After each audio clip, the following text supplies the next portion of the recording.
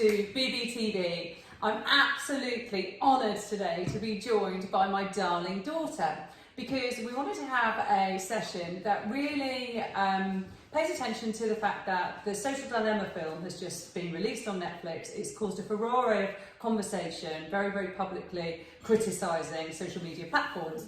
And it's definitely struck a chord with me in our family, because we've had a lot of debates and discussions around the harm around social media for quite some time now.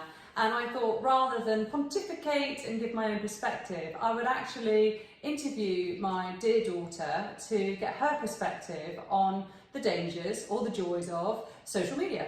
So, Scarlett, thank you so much for joining us. Would you like to introduce yourself to our viewers? I'm BBTV's daughter. Yes, she is.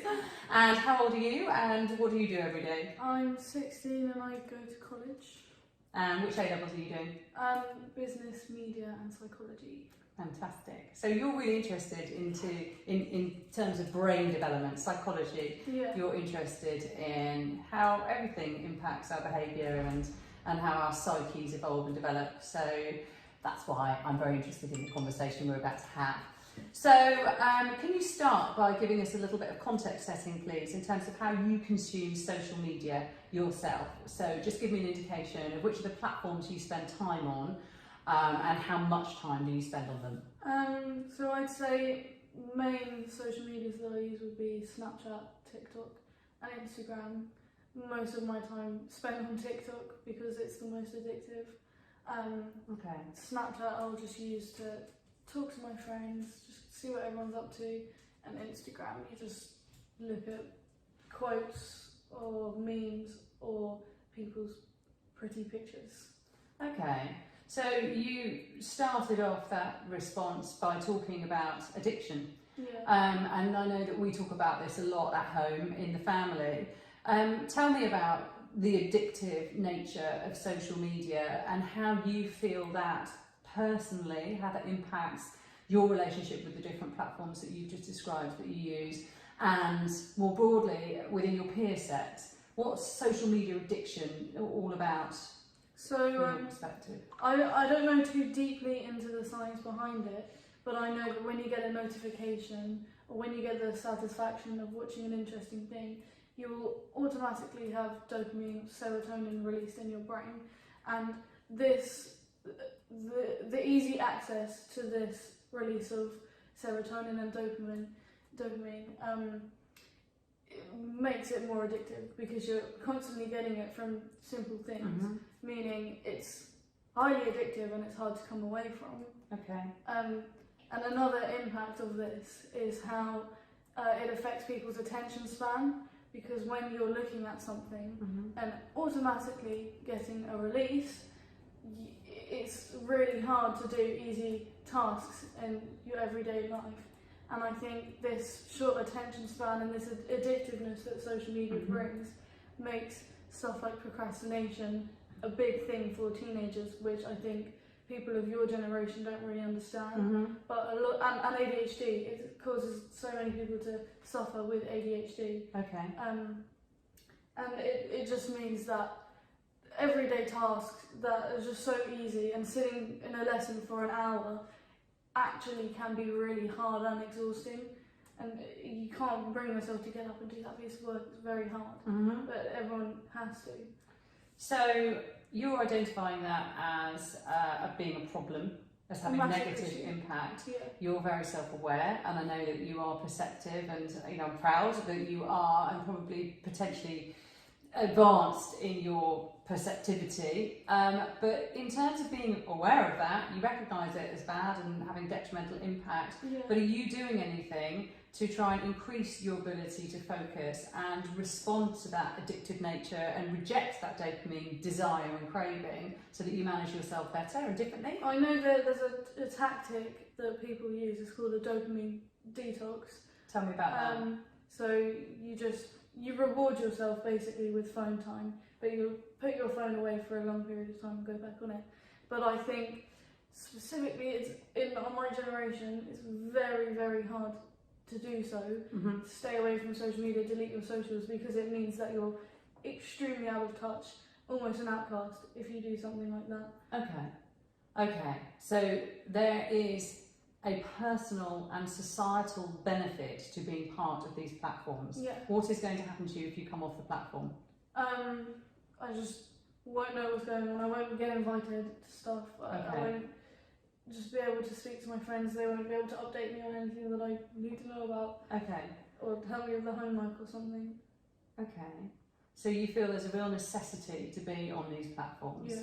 You recognise that they are addictive, however. Do they make you feel good in any way? Yeah, no, it's really good. Like YouTube, for example, Yeah. entertaining, and I learn so much from it. And TikTok in itself, it's fun. It is just a really enjoyable thing. Mm-hmm. I was going to say something else. Yeah, you can make yourself laugh. Like it's fun. It is all just good, and it's relaxing. Okay. It takes your mind off other stuff. Okay. So it is distracting. How do you get yourself off your phone? How do you step out of procrastination, put the phone down and actually make yourself do work? What is it that motivates you to finally reject the platform? Just extreme pressure. Okay. If I really need to get something done, then I'll put my phone down. And Okay. Now I remember buying boredom. Yeah. But you get bored of scrolling. Yeah. Okay. And is that because the dopamine hits just aren't I wouldn't. pinging? No, you just get bored. I don't know. You just get bored. Yeah. Okay. Now, I bought you a book for your birthday a couple of years ago that was called How to Break Up With Your Phone. And I remember as you unwrapped it, you looked at me and you just laughed. And I don't think you've ever opened the book. Can you tell me about that? Well, yeah, as I was saying, if you stay away from social media, you're like an outcast, really.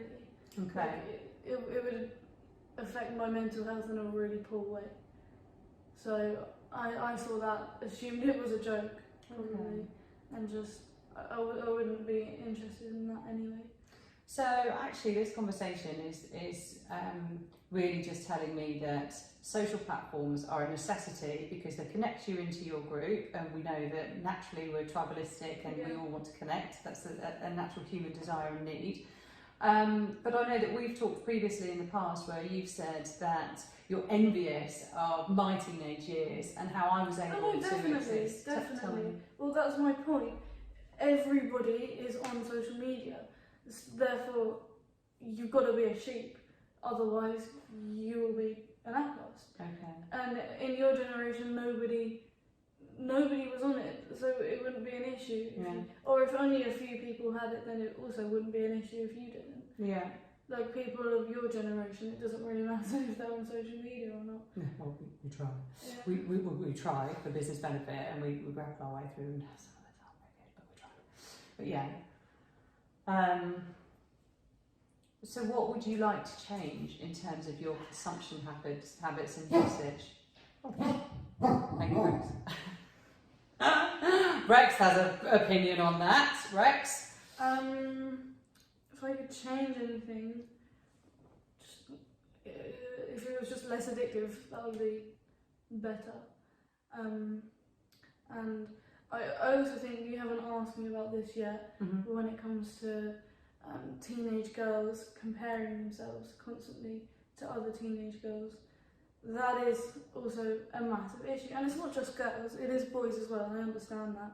But women on social media are very objectified. Like you cannot say that they're not, because they are. And when you're being exposed to all these women who have big bums and massive boobs and a tiny waist, you look at yourself and you think, what's the matter with me? But then it's not just these influencers that look like that with millions of followers. It's not just them, because you're comparing yourself to the girl that lives down your road and so-and-so's sister.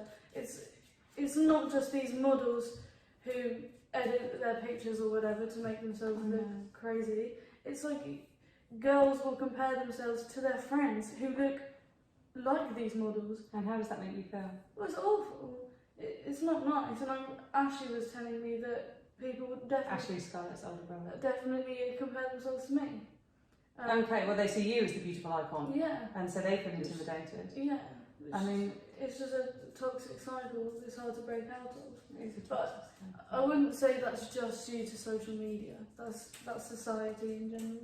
It is society in general, but I think what's interesting is at my age, and perhaps this is what other people in their 40s will experience, we become very conscious of rejecting those things and cleansing what drains us out of our lives. So if I'm scrolling through social media and I see someone else that's got a brilliant YouTube channel or is a brilliant blogger or writer or someone that I feel is just so much better than me, and it just starts to make me feel small and shrink and feel unworthy, I have a break and I just come off social media because I don't feel that pressure that you feel, where I need to be consistently visible and in the social platform.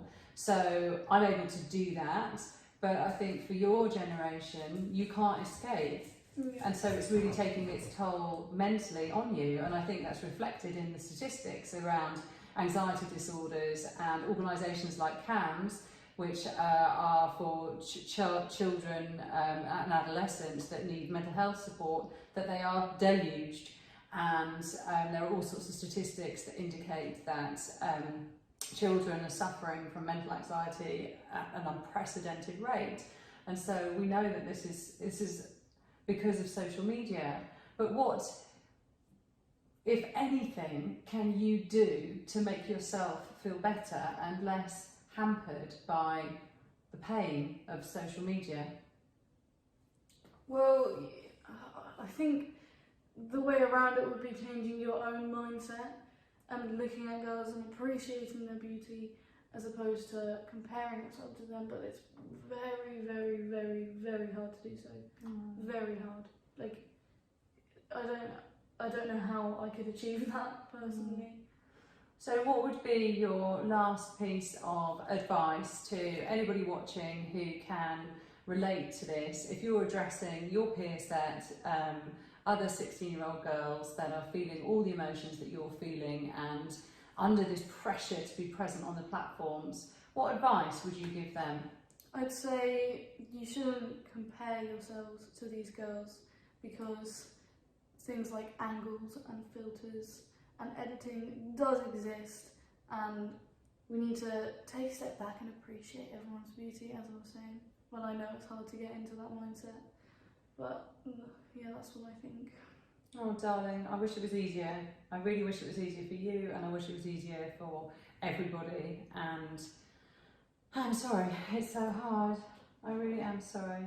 Thank you so much for sharing your perspectives on BBTV, and I look forward to getting your perspectives again in future on something different. So thank you so much, and that's it for now from BBTV. Bye.